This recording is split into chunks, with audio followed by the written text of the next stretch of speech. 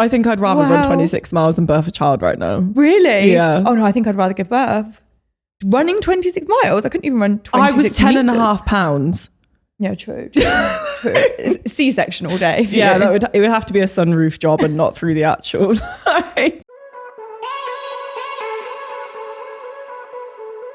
Welcome back to another episode of Girls Know Nothing. Our next guest made her debut onto our TV screens back in 2019 and has since then used her audience of over 1 million followers to educate people on her plant-based lifestyle as well as her egg freezing journey. So welcome to the studio, India. Yeah, so earlier I was talking to you about being vegan. I didn't know that you were vegan. So I don't think I would describe myself as vegan because I feel like vegan is when you have like no leather clothing or anything like that. So I'd say I'm more like plant-based. Okay. So I don't eat any fish or meat or dairy or eggs or anything like that.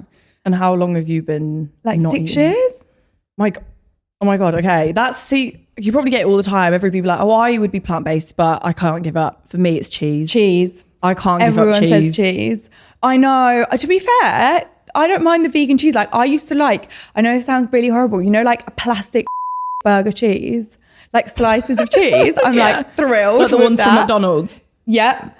Or like Philadelphia, which you can get vegan. So I'm actually all right. Can you? Yeah, Philadelphia did a vegan one now. I didn't know that. Yeah, because for me, I remember one Christmas I bought like a vegan Wednesday and I opened it and the smell It was disgusting. knocked me for sick. And I was like, no, I just put it straight in the bin. I think there's some things that they're trying to do vegan and maybe in like 5 years or something it'll be good. Yeah. But now it's just not quite there. So how come you decided to like go down the plant-based route? I'm going to be totally honest. I was dating a vegan guy.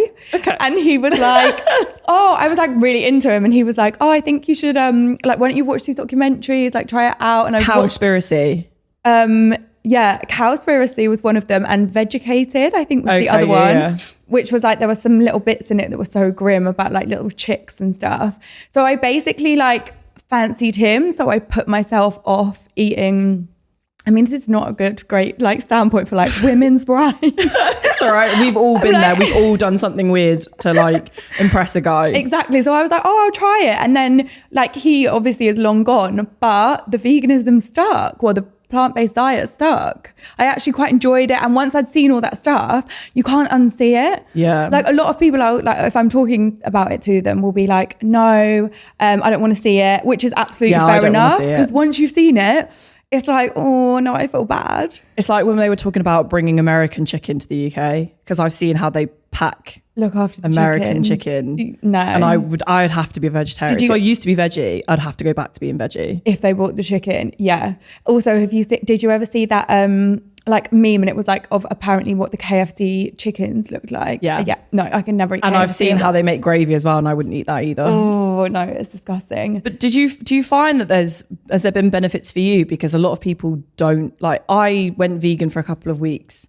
My personal trainer thought he'd try it out on me. Why not? It made me bloated. Like really? I just swelled up. I think probably if you did it for longer, your body would get like adjust a little bit. I don't know, like for me, it probably made me less bloated and less tired after meals. Okay. But I think everyone expects you to be like, oh my God, there's been a huge change. It's changed my life. And like for some people, maybe it does. For me, I kind of feel the same. Okay, no, that's fair enough. I'm always really interested to know because I felt really tired and just swollen. So I was like, please just let me eat an egg. Yeah. Can I go back to please normal, just let me eat something normal. Also, I think it's like a lot about cutting down on your intake rather than like totally cutting it out. Like you don't have to be that extreme, but maybe just have like a little bit less. Because I was going to ask you, do you see yourself as someone who like educates more on the plant-based lifestyle? A little bit, but I don't like to be pushy. Okay. Like I think anyone, if they want to do something, they'll come and ask you questions. I think if you start preaching, then they'll probably go off the idea. You'll probably get loads of trolling as well. Pardon? You probably get loads of trolling as well. Yeah, exactly. Like loads of really angry people that just really like milk. Yeah, or like steak. But there is a lot of stigma around people that have like plant-based lifestyles for that reason. Like being preachy. Being too preachy, I know. That's why I'm like, I want to stay out of that bracket. Okay, because that's why I was like, The only time I'll say something is like, say I go out for dinner with a group of people and then someone starts saying stuff to me like, oh, why aren't you having me? Or why, do you know what I mean? Picking at me. Then I'll be like, this is why. Other than that, none of my business. You eat what you want. Okay, that's fair. There's nothing worse than when you're trying to eat something and everyone's like, Yeah, I know. I'm like, leave my food alone. You haven't got to eat it. But I mean, we've all done things to try and impress a guy. So I haven't gone quite to the extreme of like. What's your worst thing you've done to impress a guy? Oh my God. Now I'm trying to think of really weird stuff that I've done. I think I've done loads of really generic things, like been really into like, I'm not into Formula One. I'm not going to sit here and pretend that I'm into it. But you have been. Yeah, all of a sudden I'm really into it. No, I'm not. You're I still loving don't it. get it. Rugby, still don't get it. Goes over my head. Absolutely no idea, but I'll pretend to watch it. Fit men in shorts, why not? Absolutely. I cut a fringe once. A guy was like, oh, you look so nice with fringe. I was like, oh my God, yeah. Cut a fringe. It looked absolutely horrendous. I've got the roundest face. I literally looked awful. I tried to go blonde once because I thought it'd be a good idea. No, we're too dark. Bad idea. But there is, so I picked up quite a few things on your Instagram that I wanted to talk to you about as well. And one of the ones that I saw was about you talking about your mum's breast cancer diagnosis. And I know that it was a subject that it makes a lot of people very emotional and it's very hard to talk about. So I know that it's going to be like that with you, but do you think that maybe like your plant-based lifestyle has also come as about like you trying to be more healthy and more aware of your own body? That happened like I went plant-based a long time before my mum's diagnosis. I have seen quite a lot of things in terms of people going plant-based when they find out they've got cancer, and I don't know enough about it really to comment on it. But she was diagnosed, it would have been last summer now. So it's been like over a year. But she basically, her mum had breast cancer very young and died from it. So she was going for routine mammograms. I think it's every like 2 years maybe or something. Okay. And she went for one and she was really lucky because the woman who did it was like an expert in doing them. And she have you ever had a mammogram? No. So I haven't either, but from what I'm told, they basically like squash your boob between two pieces of glass, which sounds quite horrific, but I think it's quite quick. But she basically put the machine like really far back into like her chest, and when they took the picture, they could see a lump, but they didn't have anything to compare it to because the other scans hadn't gone that far back. Okay. So she had to go for I think like a biopsy, and then they were like, yeah, I'm really sorry, it is cancer. I mean, luckily it was stage 1, it was a very small lump, it was caught super early. So had she not have been having those mammograms, like you couldn't feel it. Okay, yeah. So if you are someone who is offered a mammogram, like I would definitely say go for it because it was caught so early, they were able to remove it and, remove everything and then follow up with radiotherapy. So she didn't actually have to go through chemo either, which was so good because that can be like horrendous. Really like taxing on your body. Yeah, exactly.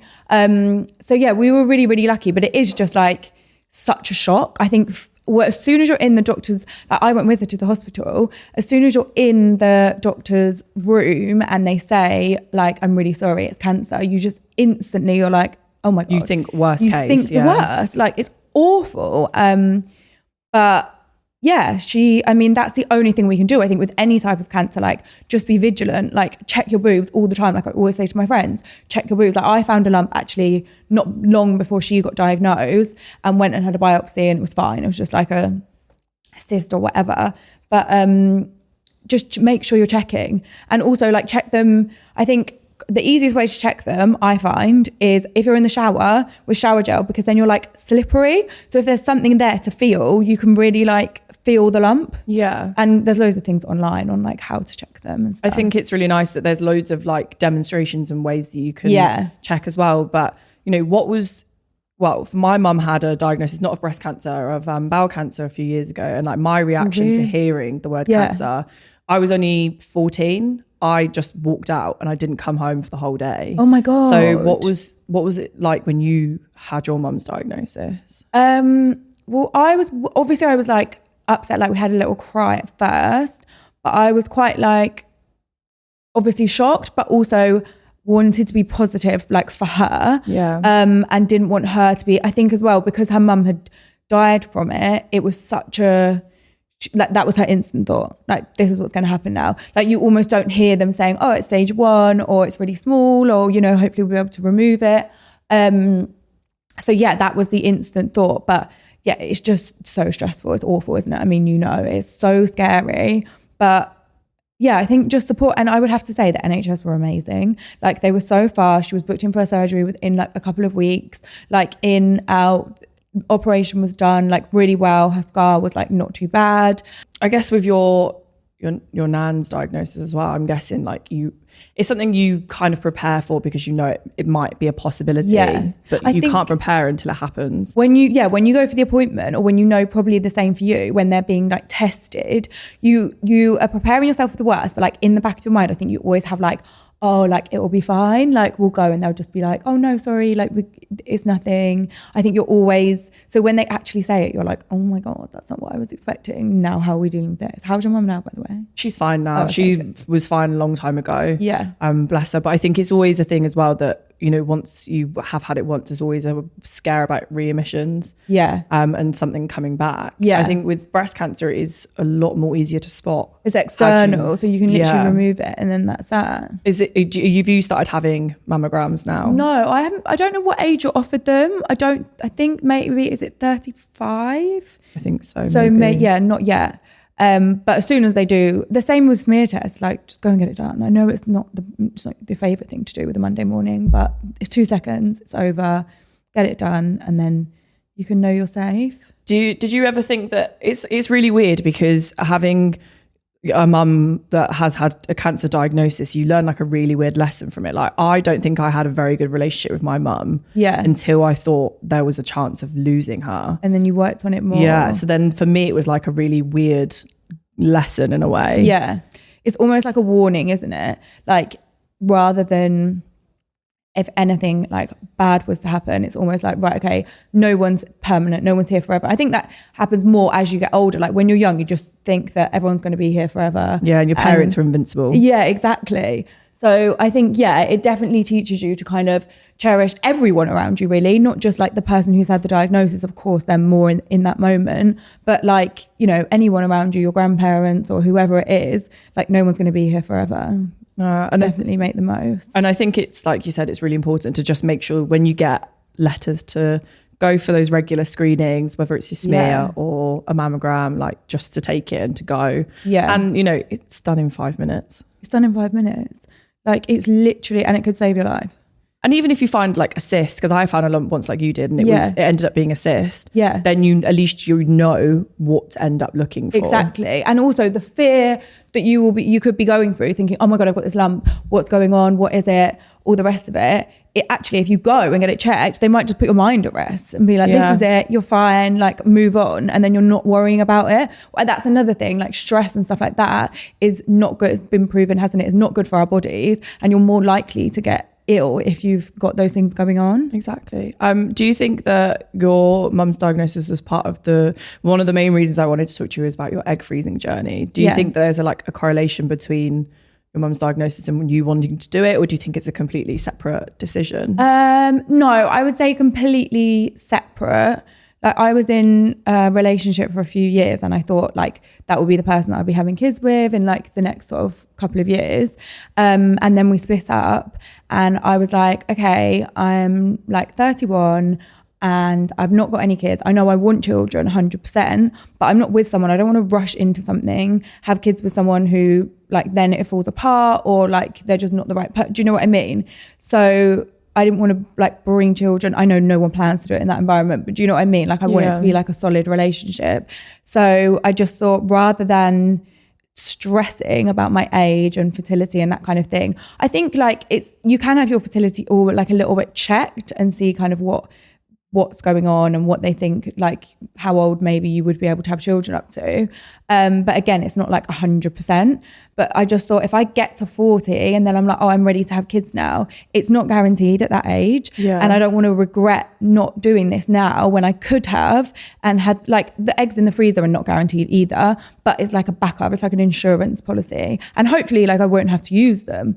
And even if, you know, maybe I didn't need to use them, but like if one of my sisters or one of my friends, do you know what I mean, couldn't get pregnant, then I can like donate them to them or something. It's also like a possibility that even if you can't carry because of your age, like a surrogate can and use your eggs at the same time. Exactly. So yeah, that's what kind of pushed me into it. And when I went, the doctor was actually like, it's really good that you've come now because your eggs are fine now. Like, okay, they're not as good as when you're 18 or 20, but they're fine. No one's thinking about that 18 or 20. No, exactly. We're just like, oh, by the time I'm 25, I'm going to be married and I'm going to be having house some kids. with 2 kids. That's what I thought I'd be like at 25. I was like, yeah, 26. No, it's a bit old. I think I'll start earlier. And now I'm like 32. Like, absolutely not yet. You really change your mind. But yeah, I was like, right, let me do this. And she said she gets people coming that are like 45 and older and they're like, okay, I want a baby. She's like, I'm not a miracle. Like, I'm a doctor. I'm not a miracle worker. Yeah. Like, obviously now there's amazing things they can do. You know, you can have donor eggs. You can like adopt. There's loads of different options for you. But that doesn't mean that your egg supply is still going to be there. Like, I think people kind of need to bear that in mind. And it's so hard for women because I feel like the way men and women are and the way we're different, like, women have come on so much in the work environment, like we want to be equal and to do this, that and the other, but our biological clocks haven't caught up to that. Yeah. So it's the only thing in some ways which we're never going to be the same as men in that aspect. Like, they can have children later, so it's kind of less of a ticking time bomb for them. So I just think like at least be proactive about it. And it's actually like, it is expensive, but it's not as expensive as I think some people would expect it to be. Like for I think it was around 3,000, 3,500. I thought it was way more than that. So, and you have to pay like rent. So they're in the freezer. You have to pay rent on the freezer. So I'm paying £300 a year for my eggs to be frozen. I'm like, what if they're power cut? Then what are we going to tell me? They're going to be defrosted? I love that you went power cut. My first thing was, what if your direct debit bounces? Like, what happens then? Do they chuck them out? Yeah, do they stay there? Do they leave? Like, I don't know. They keep them for 10 years. Now I'm going to think about it. That's another $3,000. Yeah, it's a lot more expensive than you thought. But do you know, like, I'm one of those people that I'm never sure if I want kids or not. Right, okay. Because when I was younger, I was like, yeah, I definitely want them. And now I'm like, really don't like children. Changes. Yeah, and I think it might change again. It might not. There's no guarantee. But then I never thought about my fertility and egg freezing until I saw people like you talking about it more publicly. Do you think it's a good thing that there are people that are now willing to talk about it? Yeah, absolutely. Like, I feel like I maybe didn't talk about it enough. Like, I think while I was doing it, it's a little, like, I don't want to put people off at all, but I did like 3 months, no drinking, no anything fun, not like no I don't smoke, but like, do you know what I mean? No nicotine, no like loads of fizzy drinks, no awful food. Like, I was like pretty healthy. I went to see a nutritionist before I started and like kind of stuck to a bit of a diet plan and did all of that because apparently your eggs go in like 3-month cycles. So if you do that for 3 months before, you should get like healthy eggs. So yeah, I was like quite strict with it. So by the time I got to the egg freezing actual thing where I started injecting, I was dying for a glass of wine. And I was like, and then you're injecting yourself with all these hormones. And I was like, oh my God, I'm going insane. Like, I'm absolutely mental at this point. Yeah, because I think that terrifies me, the idea of having to inject yourself with hormones. Oh, that was the least bad part of it. Oh, okay. Like the actual injecting, the first day I did it, I was like, oh no, this is going to be so fine. Walk in the park. Okay. Absolutely fine. Sounds weird. Yeah. But fine. Like, wouldn't care, would do it. And then by the end of it, it's like 3 a day, which was fine. Like that. I love that you make this sound so easy. And in my head, I'm like, well, I don't think everyone finds it. I just didn't mind. And when some of them you have to make up, the only thing I was scared of, I'm like, I don't think I'm qualified. So I'm like mixing these, like sucking the water out of one thing, like getting the powder from another, like squirting it in and making this injection. I was like, guys, am I allowed to do this? Like tapping the bubbles out. I was like, what if I get an air bubble like in me? This isn't good. I don't think I'm ready for this kind of level of adulting. I can barely feed myself, so I don't really know like if I can do something like that. I know, and the same time every day, that's a big commitment. That is, but you know, like I can't even commit to taking the pill. So yeah, no, maybe like wait a little bit. Yeah, I don't think I'm ready for that level yet. It's only 2 weeks though of injecting. Okay, that's or not less, too bad. Like it's not too bad, but you get really like, I don't know if this is too much information. There's no such thing, I don't think, on this podcast. Your ovaries go from like, they're normally like 2 centimeters each. Okay. And they grow to like 10 centimeters each. So you feel like must feel like you're pregnant. Like it's like heavy. Okay. And you're so bloated. Like I looked pregnant. And then that's when they extract. Yeah, and then they extract. That's painful. You're asleep. I was asleep. Oh, okay. Stunning. Love a general anesthetic. I hate general anesthetic. Yeah, it makes me really ill afterwards. But like, oh really? Yeah, like uncontrolled, like projectile vomiting. Wow. But then, like, I guess if they know that's going to happen, they'll do something about it. Yeah. It's because I've seen like people like Vicky Patterson start posting pictures of them going through the process, and it does look terrifying.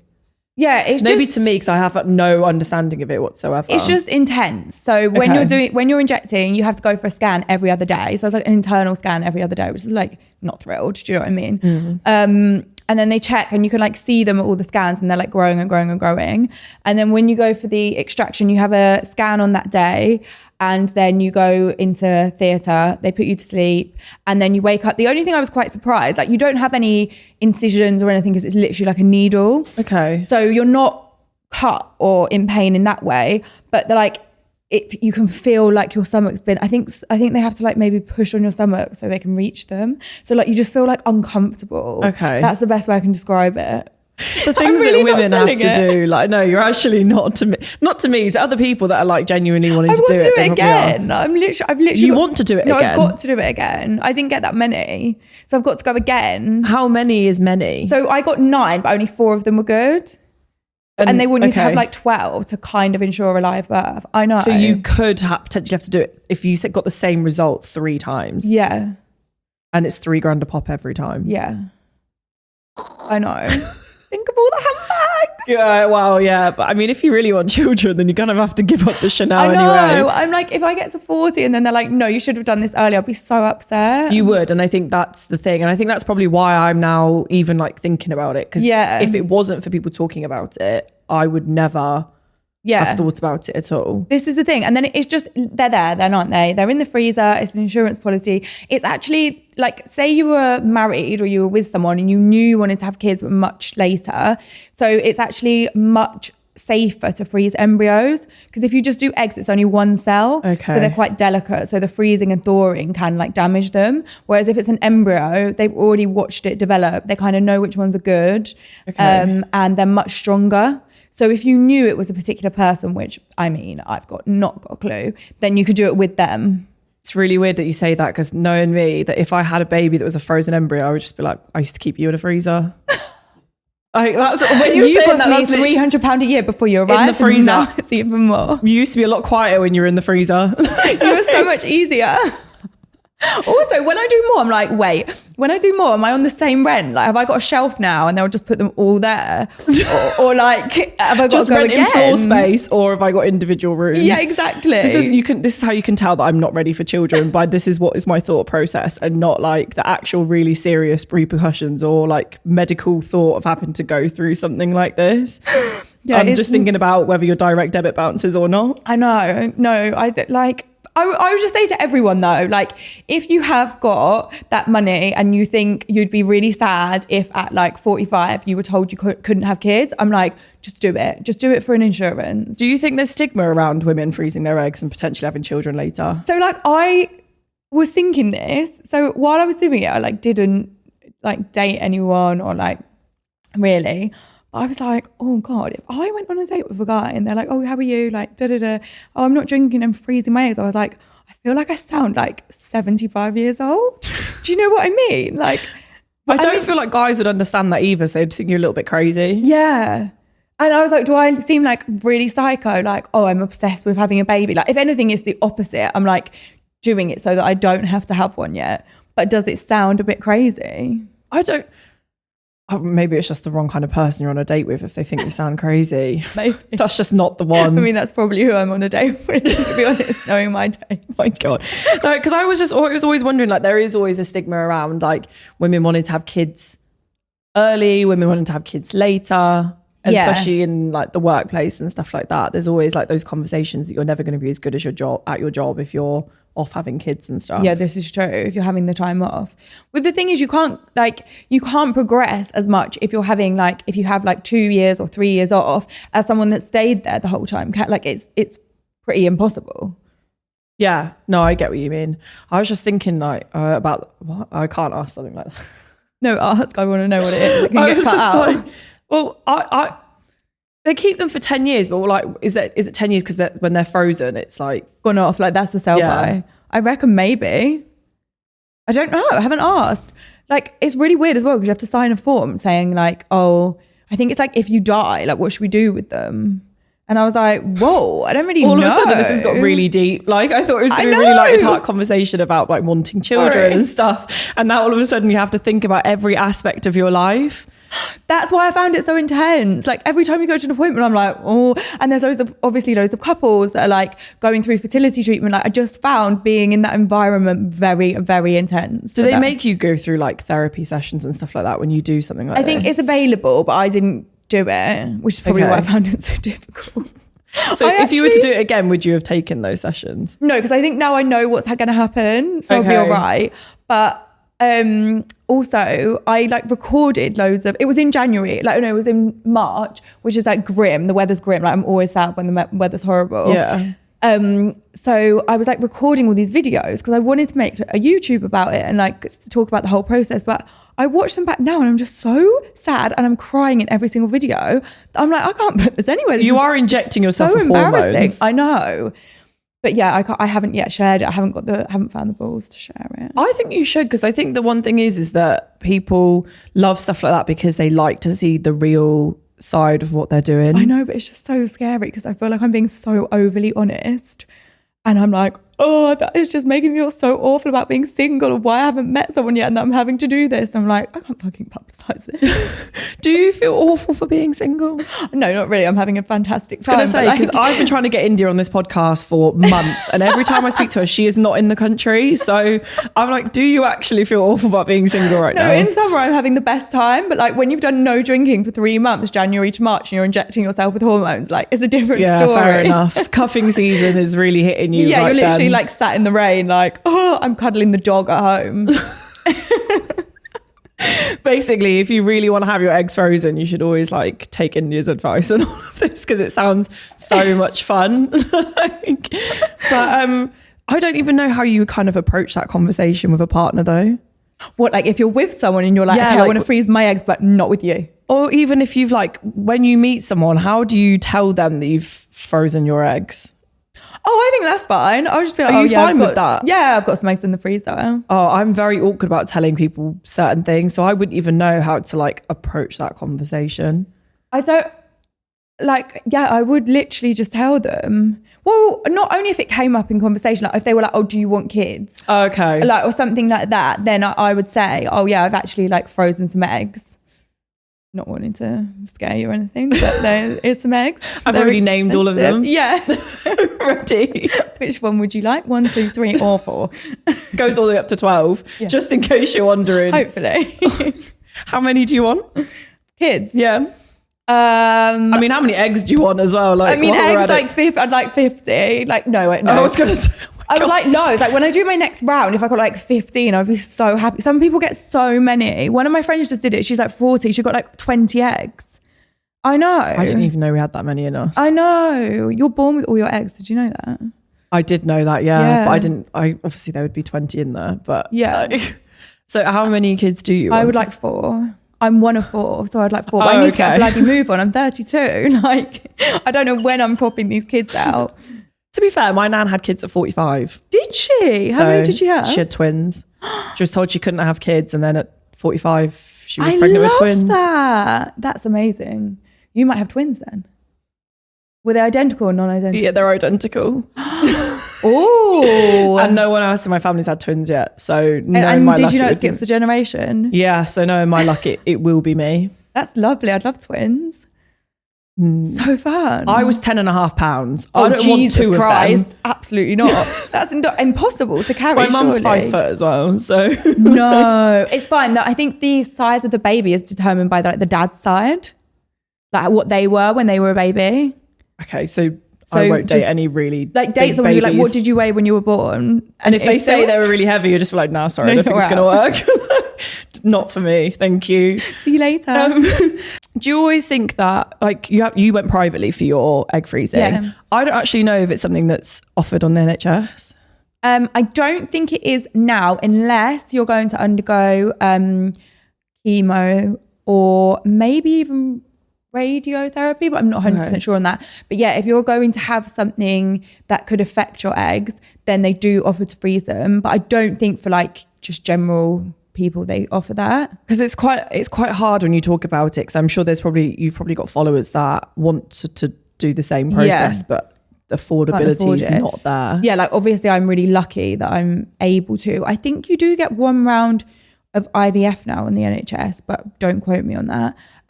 So I don't know if it's something maybe they would do in the future. Like now they have the science. I heard somewhere the other day too, if there's a small child that's going to have chemotherapy, they can actually remove an ovary and then grow it externally for however long and then put it back when they've undergone all their cancer treatment. I'm learning so much from you. Like, you can tell on my face that I'm like, what? I didn't even know any of this stuff was a thing. Like, sorry, but it's supposed to be so lighthearted. It turned into a science lesson. I'm actually really appreciative because I have no idea about anything. Like, I just know that women's bodies are so complex. Yeah, so complicated. And intense that you can't physically know everything about. No, but also so clever. That is true. I think the one thing I was always really scared of, that's why I wanted to ask you personally about the egg freezing stuff, whether it was going to hurt or not. No, but now like I would say, me feel a lot better about it. I would say uncomfortable afterwards and uncomfortable when you're like quite ovaries are swollen, but it's not painful. What would your advice be to me if I said to you that I was going to go and get it done? So I would say just be really kind to yourself while you're going through it and be aware that your body's going to change a little bit and it will obviously go back. But just know that that's going to happen. And afterwards, the worst part for me was doing the injections. You feel a little bit hormonal, but it was afterwards. And then when you get your first period afterwards, it's like, whoa, I felt like I've been hit by a train. So just be prepared for that.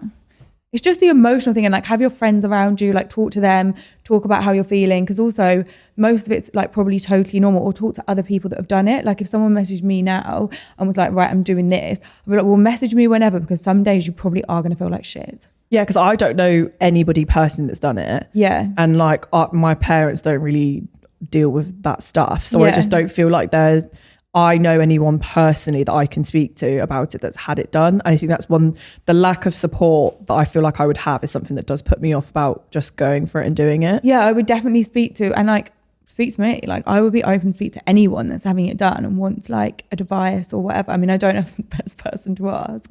I mean, I've learned so much, so you're the best person to ask for me. But yeah, it is, it's fine. You've just got to like focus, get through it.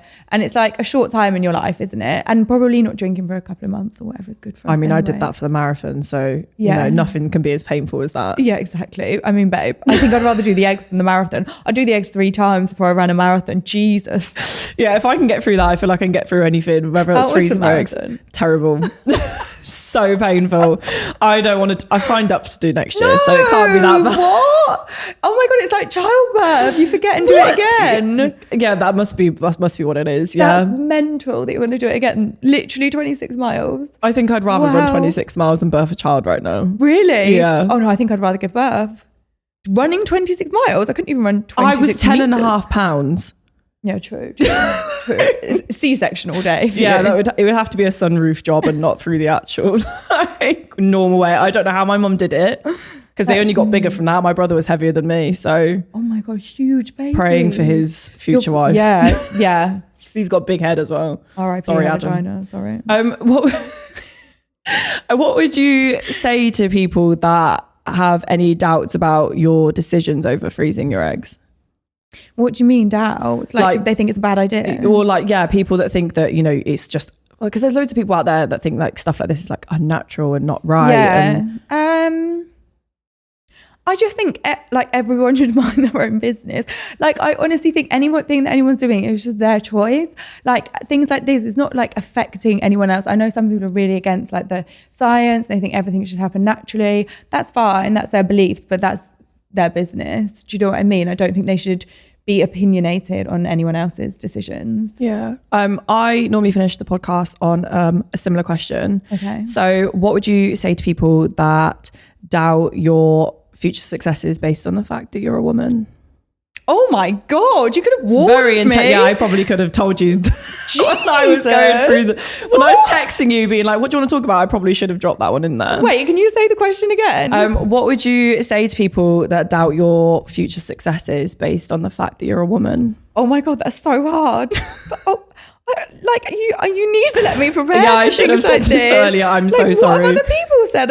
I don't have a clue. Do you know what? I think it was, maybe I should say to you, like, what would, how do I reword it for you? What would you say to people that have basically, now I'm stuck about how to reword it. I guess for me, like I would always want to like, if anyone's like doubting, then you just want to prove them wrong. So use that as your, I don't know if I'm answering the question correctly here, but use that almost. Answer. It's not a wrong answer. There's no wrong answer. Like you use that as your motivation to like push harder for what you want, to go for what you want.